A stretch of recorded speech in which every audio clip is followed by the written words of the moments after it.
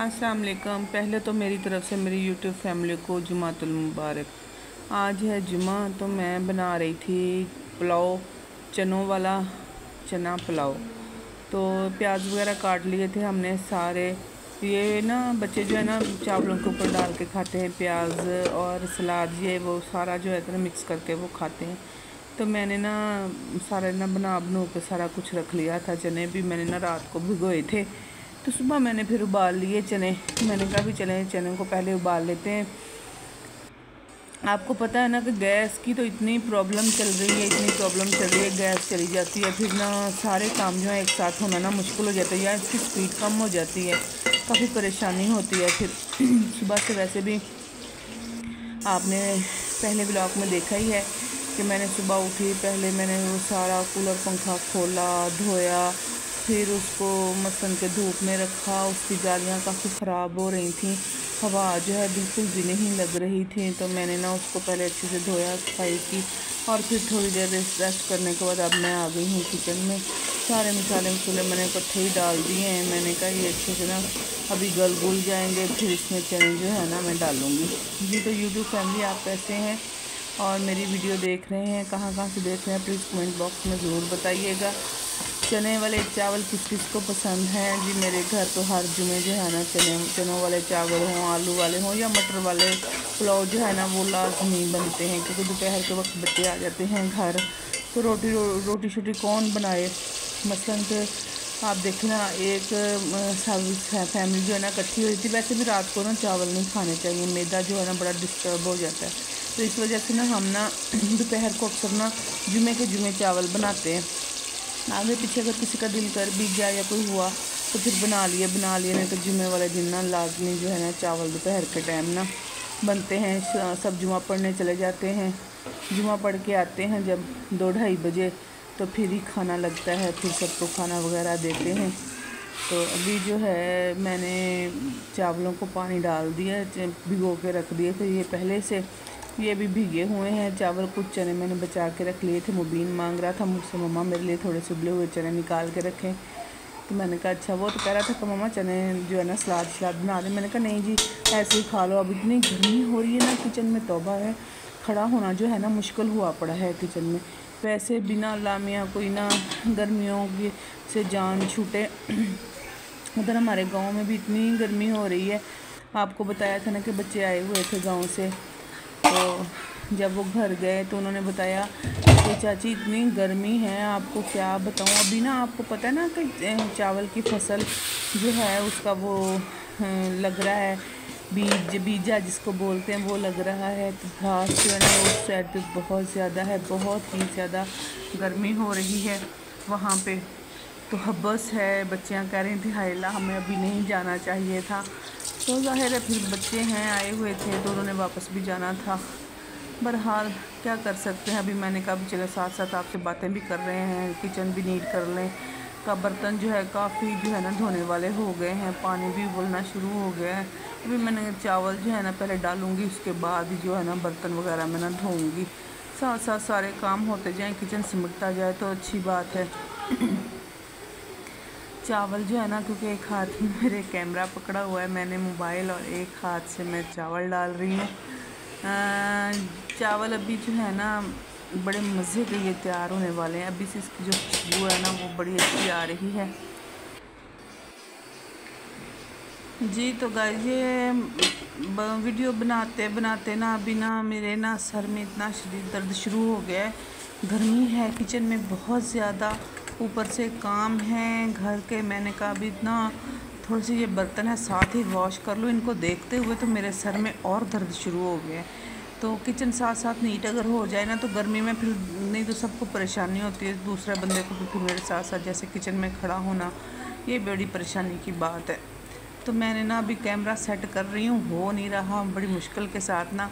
ऊपर रैक लगा हुआ है बर्तनों वाला, उसके ऊपर मैं सेट करने की कोशिश कर रही हूँ कैमरे को। तो जैसे ये सेट हो रहा है तो फिर बर्तन जो है ना ये वॉश करने शुरू कर दूँगी।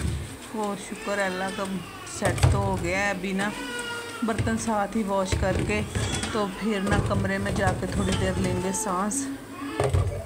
बाहर से शान के रोने की आवाज़ भी आ रही है। उसको बड़ा नज़ला ज़ुकाम हुआ है। उसकी तबीयत भी काफ़ी दिनों से काफ़ी अपसेट चल रही है। दवाइयाँ वगैरह दे तो रहे हैं, लेकिन पता नहीं उसकी तबीयत क्यों नहीं ठीक हो रही। उसकी वजह से भी काफ़ी परेशानी जो है ना हुई है। बच्चे हैं, छोटे हैं, आपको पता है कि ये हम कोशिश कर रहे हैं कि उसको इंजेक्शन वगैरह ना लगे। जो दवाइयाँ वगैरह हैं उससे ही वो ठीक हो जाए। अगर नहीं ठीक हुआ तो फिर ज़ाहिर इंजेक्शन वगैरह जो है एंटीबायोटिक वो इसको लगेंगे, उससे उसकी तबीयत जो है ना फिर बेहतर होगी। आपको पता है जब बच्चे इंजेक्शन वगैरह के आदी हो जाएं तो फिर उनको इंजेक्शन से ही आराम आता है। नहीं जी, किचन तो मैंने अपना तकरीबन बर्तन शर्तन धो लिए हैं। अभी किचन भी नीट कर ही लूँगी, फिर जाएंगे कमरे में, एक साथ ही बैठेंगे। कपड़े जो हैं मेरे सारे भीग गए हैं पसीने के साथ। गर्मी है बहुत ज़्यादा। इस दफ़ा ना गर्मियाँ कुछ ज़्यादा ही पड़ी हैं। सर्दियाँ भी बहुत ज़्यादा थी इस दफ़ा ना, तो गर्मियाँ भी बहुत ही ज़्यादा हैं। हमारे घर में तो धूप नहीं आती, सर्दियों को बिल्कुल धूप नहीं आती और गर्मियों को धूप जाती नहीं है। बड़ा मसला बना हुआ है। अल्लाह मियाँ कोई अपना घर दे, किराए के घर तो ऐसे ही हैं। बड़ा ढूंढा मैंने कोई अच्छा मकान मिल जाए तो जिससे ना मसलन कि हमारे जो सहन वाला हो, छत हमारे पास नहीं है, ऊपर जो है किराएदार रहते हैं वो भी बड़े मसलन उनके बच्चे जो है ना बड़ा शोर शराबा करते हैं, भागम दौड़म ये वो, जिसकी वजह से मुझे ना काफ़ी परेशानी होती है। तो अभी किचन नीट हो गया है मेरा, तो चावल जो है ना वो भी मैं अभी आपको दिखाती हूँ। वो भी तकरीबन जो है ना बनने दम पे आने वाले हैं।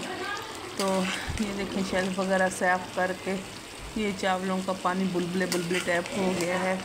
बड़ी अच्छी खुशबू आ रही है।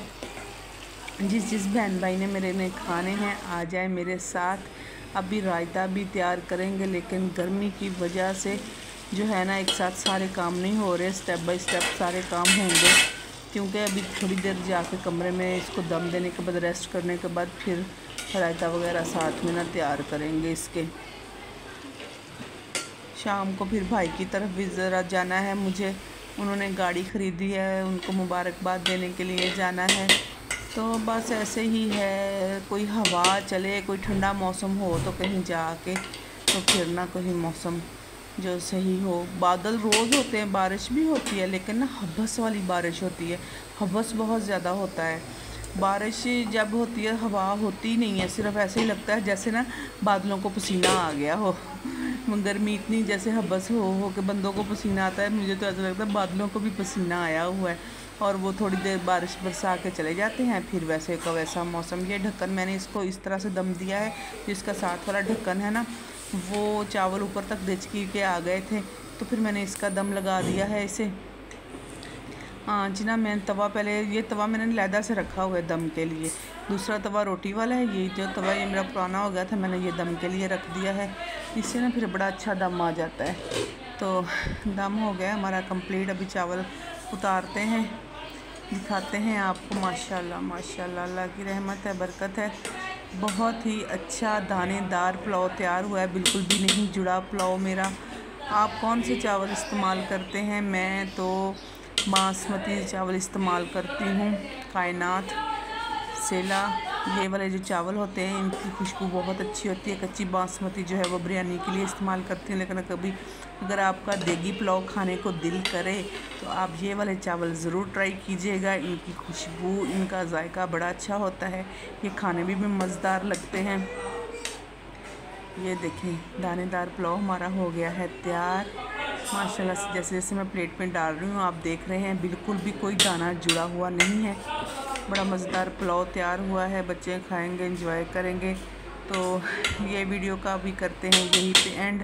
तो आप मेरी वीडियो फुल वॉच कीजिएगा, दुआओं में याद रखिएगा। तो आप से चाहते हैं इजाज़त। अल्लाह हाफिज़।